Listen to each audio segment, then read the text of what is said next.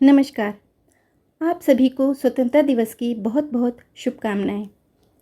आज हम बात करेंगे कुंडली के उन 4 भावों की जो शुरुआत में भले ही आपको परेशान करें, लेकिन उम्र बढ़ने के साथ साथ विशेषकर 30 से 35 साल के बाद आपको अपार सफलता, पैसा और समाज में मान सम्मान दिलाते हैं।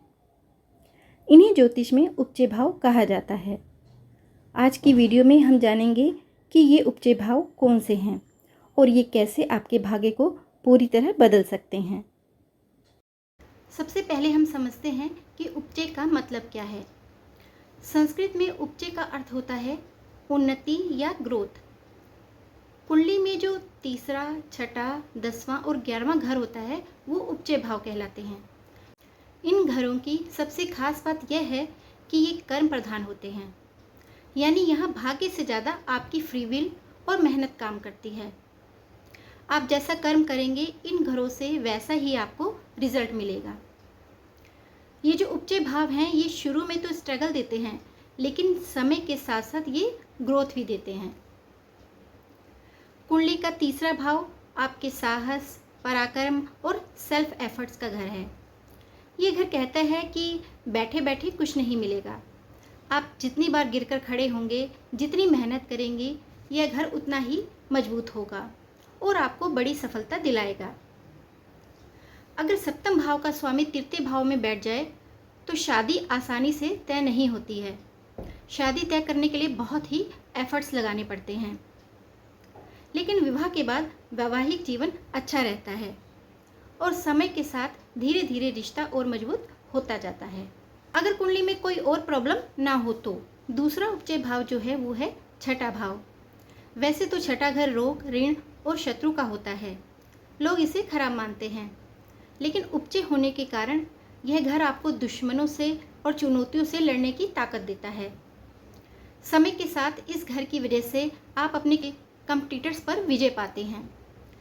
दशमेश जब तृतीय भाव में हो तो तृतीय भाव स्वयं भी एक उपचय भाव है और दशम से गिरने पर ये छठा भाव बनता है। तो ऐसे में जातक को अपने कैरियर की शुरुआत में बहुत अधिक मेहनत और कड़ा संघर्ष करना पड़ता है। सफलता आसानी से नहीं मिलती। ये दशम से छठा भाव है, उपचय भाव है, इसलिए जातक कार्य क्षेत्र में अपने शत्रुओं और विरोधियों को पछाड़ने में सक्षम होता है। तीसरा उपचय भाव है दशम भाव। दशम भाव ये आपके कर्म, करियर और स्टेटस का घर है।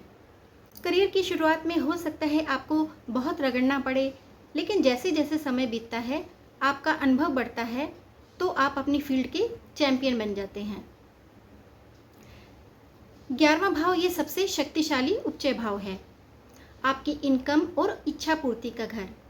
जैसे जैसे आपकी उम्र बढ़ेगी, इस घर की वजह से आपकी आमदनी के सोर्स बढ़ते जाएंगे। इस घर में कोई भी ग्रह बैठा हो, चाहे वो राहु हो या शनि हो, वो आपको हमेशा लाभ ही देता है। आमतौर पर राहु, केतु, शनि और मंगल जैसे क्रूर ग्रहों को लोग खराब मानते हैं, लेकिन उपचय भाव में ये ग्रह अमृत बन जाते हैं। अगर आपकी कुंडली में इन घरों में शनि और राहु बैठे हैं तो मानकर चलिए कि जीवन के उत्तरार्ध में आप फर्श से अर्श तक पहुंचने वाले हैं। दशमेश जब अष्टम भाव में हो तो अष्टम भाव त्रिक भाव माना जाता है, लेकिन अगर हम दशम भाव से गिनेंगे तो ये 11वां भाव बनता है।